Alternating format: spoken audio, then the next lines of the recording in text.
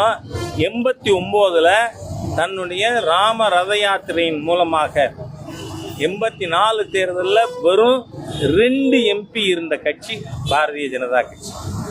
அதை 86 உறுப்பினராக நாடு முழுவதும் ரத யாத்திரை மேற்கொண்டு உருவாக்கியது யார் சொல்லுங்க. ஏன்னா உங்களுக்கு அரசியல் தெரிஞ்சிருக்கணுங்கிறனால கேட்கிறேன். யார்? அத்வானிஜி. அதுவும் தெரியாதா? அரசியலே தெரியாதா?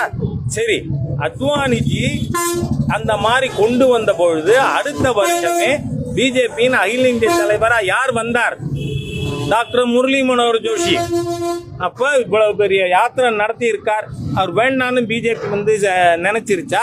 அதை முரளி மனோகர் ஜோஷியால் நிரப்ப முடியாதா அப்படின்னு அதுக்கு கிடையாது. பாரதிய ஜனதா கட்சி நிர்வாகிகளால், கட்சி தொண்டர்களால், கொள்கைக்காக கட்டமைக்கப்பட்டிருக்கின்ற கட்சி. இந்த கட்சியில் அதனால தான் கான்ஸ்டியூஷன்லேயே வச்சிருக்கோம், ஒரு தலைவருங்கிறவர் 1 டேர்ம் இல்லை 2 டேர்முக்கு மேலே இருக்க முடியாது, அடுத்த வரை மாற்ற வேண்டும். இது கட்சியின் விதி. அதனால இருக்கிறத ஏன் ரொம்ப கவலைப்படுறீங்க நீங்கள்லாம்? உங்களுக்கு எப்படியாவது பிஜேபிக்குள்ள உளி கொடுப்போமே, அந்த தீய நோக்கம். ஏன்னா நீங்கள் அறிவாலயத்தில் சொல்லி கொடுக்கறதா நீங்கள் எங்கிட்டே கேட்குறீங்க. காலையில் ஃபோன் பண்ணி என்ன கேள்வி கேட்கலாம் ஹெச் ராஜாட்ட அப்படின்னா அறிவாலயத்தில் கேட்டு தான் எங்கிட்டே கேள்வி கேட்குறீங்க. ஏன்னா கட்சியினுடைய விதி. நான் அதுதான் மிகப்பெரிய உதாரணம் சொல்லியிருக்கேன். 89ல் பாரதிய ஜனதா கட்சி மிகப்பெரிய எழுச்சி ஏற்படுத்திய பெருந்தலைவர் அத்வானி அவர்கள். ஆனால் அடுத்த ஆண்டே அவர் இருக்க முடியாது கட்சியின் விதிப்படி. அதனால டாக்டர் முரளி மனோகர் ஜோஷி வந்தார். அந்த மாதிரியா இப்போ நயினார் நாகேந்திரன் வந்திருக்கார். நயினார் நாகேந்திரன் 25 ஆண்டுகளுக்கு மேலே என்னுடன் தனிப்பட்ட முறையில் நண்பர்.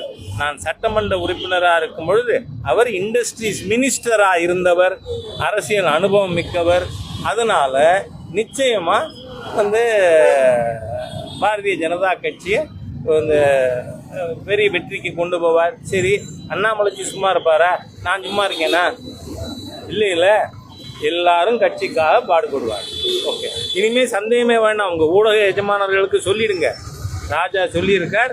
நாம் இனிமேல் அண்ணாமலைஜி பற்றி அவங்க கவலைப்படுவாங்களா, நம்ம ஊடகங்கள் கவலைப்பட வேண்டாம்னு சொல்லிட்டார். சொல்லுங்க.